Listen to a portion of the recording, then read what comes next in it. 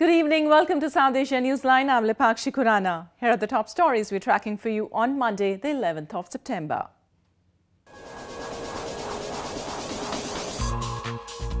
India extends further defence assistance to Afghanistan.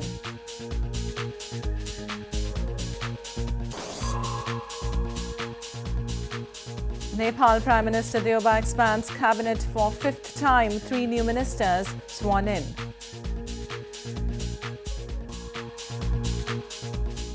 An exhibition of rare religious manuscripts held in Indian Kashmir.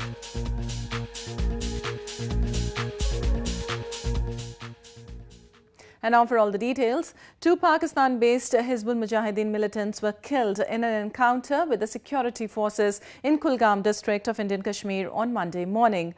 Meanwhile, Pakistani troops resorted to mortar shelling at various places along the border in Indian Kashmir.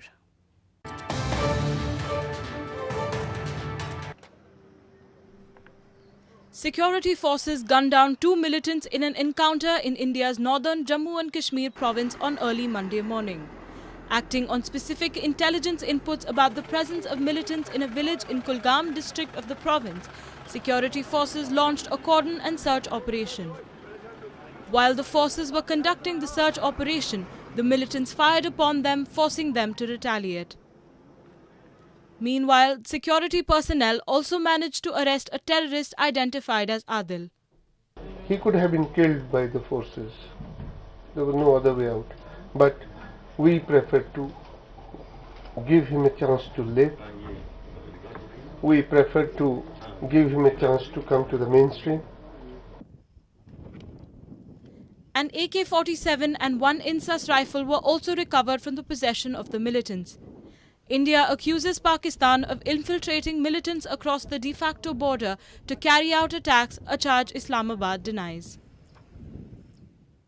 Meanwhile, Indian Prime Minister Narendra Modi on Monday addressed students on the occasion of the 125th anniversary of Swami Vivekananda's famous Chicago speech at World Parliament of Religions. He urged the students to follow in the footsteps of the iconic philosopher.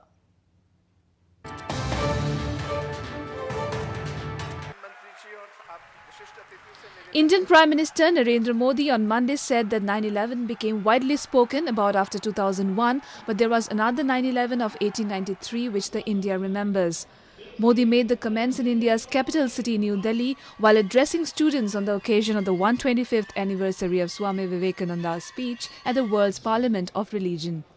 The event, which was attended by more than 1,000 students and cabinet ministers, was based on the theme Young India, New India.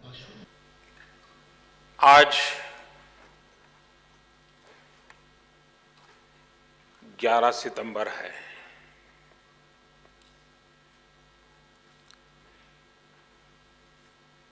विश्व को 2001 से पहले ये पता ही नहीं था। The Prime Minister further said that the 9/11 of 1893 was about love, harmony and brotherhood. Swami Vivekananda shot to fame as he enthralled the audience at the World Parliament of Religions in Chicago in 1893, where he addressed the people as sisters and brothers of America. On the occasion, Modi praised the teachings of Vivekananda and urged the students to become responsible citizens. He also highlighted his government's initiatives to help the youth prepare themselves and polish their skills for a better future. Moving on, Afghan Foreign Minister Salahuddin Rabbani on Monday held delegation-level talks with his Indian counterpart in New Delhi. India agreed to provide further defence assistance to Afghan defence forces and assured cooperation in fighting cross-border militancy. India on Monday agreed to provide further assistance to Afghan defence forces during a meeting between the foreign ministers of border nations. The announcement came as Afghan Foreign Minister Salahuddin Rabbani held talks in various sectors, including defence, security and connectivity, with his Indian counterpart Sushma Swaraj in New Delhi. Afghanistan has repeatedly asked India to increase military assistance as it struggles to fight Afghan Taliban insurgents who have taken swaths of territory since most foreign troops left the country in the late 2014. We agreed to strengthen security cooperation between the two countries. India has further agreed to provide assistance for Afghan National Defense Forces. India offered support for the Afghan-owned and Afghan-led peace process, which aims at ending the years of imposed war and violence in Afghanistan. Meanwhile, Swaraj said India will continue to stand shoulder to shoulder with people of Afghanistan, insisting that both countries remain united in overcoming challenges posed by cross-border militancy. We remain united in overcoming the challenges posed by cross-border terrorism and safe havens and sanctuaries to both our countries. India enjoys close relations with Afghanistan and both accuse common neighbor Pakistan of not doing enough to stop Islamist militants operating on its territory. India has been one of Afghanistan's biggest allies in the war against the Taliban, training thousands of security personnel. Swaraj also said New Delhi will expedite development of Chabahar port in trilateral cooperation with Iran and will begin supply of wheat to its Asian neighbor in coming weeks. Meanwhile, Baloch and Sindhi activists recently staged a demonstration in London to protest against Pakistan over extrajudicial killings and enforced disappearances of their people. Baloch and Sindhi activists recently held a joint protest in London against extrajudicial killings and enforced disappearances of their people in Pakistan. The protesters staged demonstration outside 10 Downing Street, the official residence of British Prime Minister Theresa May.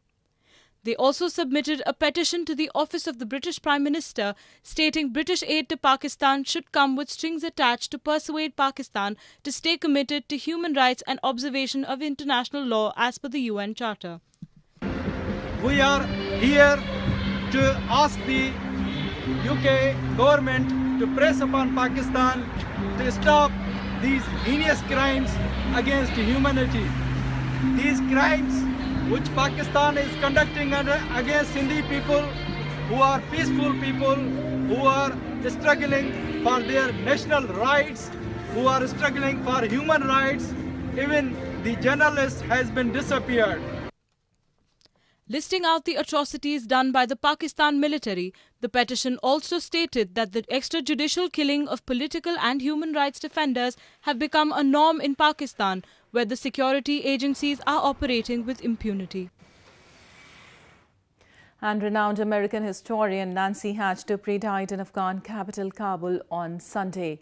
Aged 89, she devoted 5 decades of her life in preserving the country's culture and was dubbed the honorary grandmother of Afghanistan.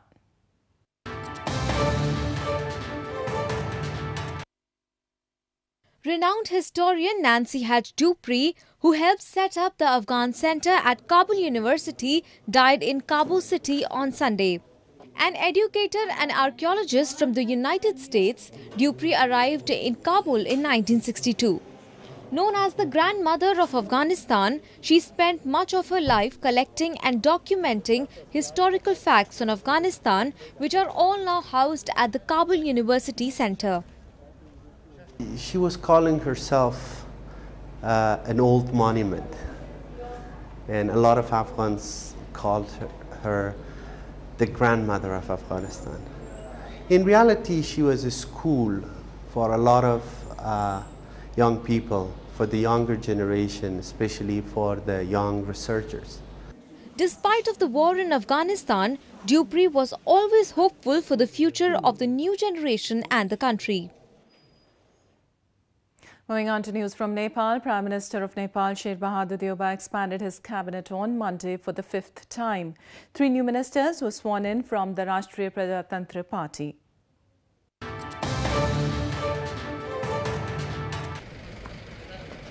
Nepal Prime Minister Sher Bahadur Deuba on Monday expanded his cabinet for the 5th time, inducting 3 ministers from Rashtriya Prajatantra Party. With the expansion, the size of Deuba-led cabinet has reached 53, making it the biggest in the country's history. Deepak Bohra took the oath as Minister for Science and Technology, Bikram Pandey as Forest Minister and Sunil Bahadur Thapa as Industry Minister in a ceremony at the President's office. The names of the ministers to be inducted into Deuba cabinet were finalized by the party on Sunday. The Rashtra Prajatantra Party decided to join the government with an objective of concluding the third phase of local level election as well as federal and provincial elections. An exhibition displaying holy Quranic manuscripts was recently held in Srinagar city of India's northern Jammu and Kashmir province. The event aimed to create awareness about the religious heritage among the people. An exhibition of rare Quranic manuscripts was recently organized in Srinagar city of India's northern Jammu and Kashmir province. The exhibition, organized by the Department of Libraries and Research, aimed to aware the people regarding the religious assets. A number of centuries-old Qurans and handwritten manuscripts in golden and saffron ink were displayed during the exhibition.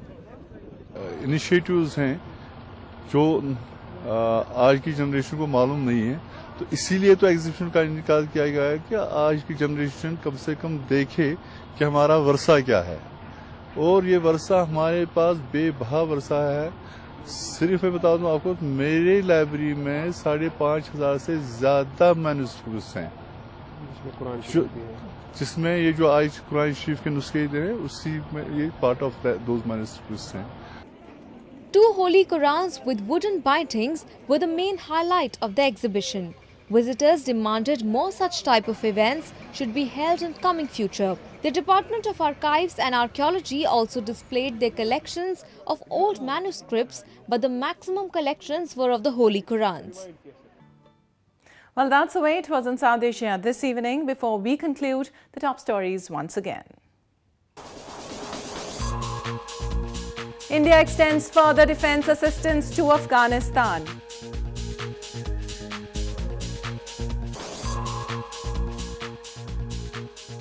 Nepal Prime Minister Deuba expands cabinet for the 5th time, 3 new ministers sworn in.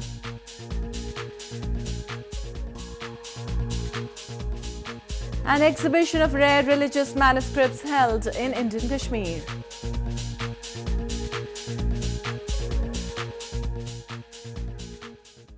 Now our viewers can watch the show on SouthAsiaNewsline.com. You can also visit us on Facebook.com/SAsia Newsline and follow us on Twitter @SAsia Newsline.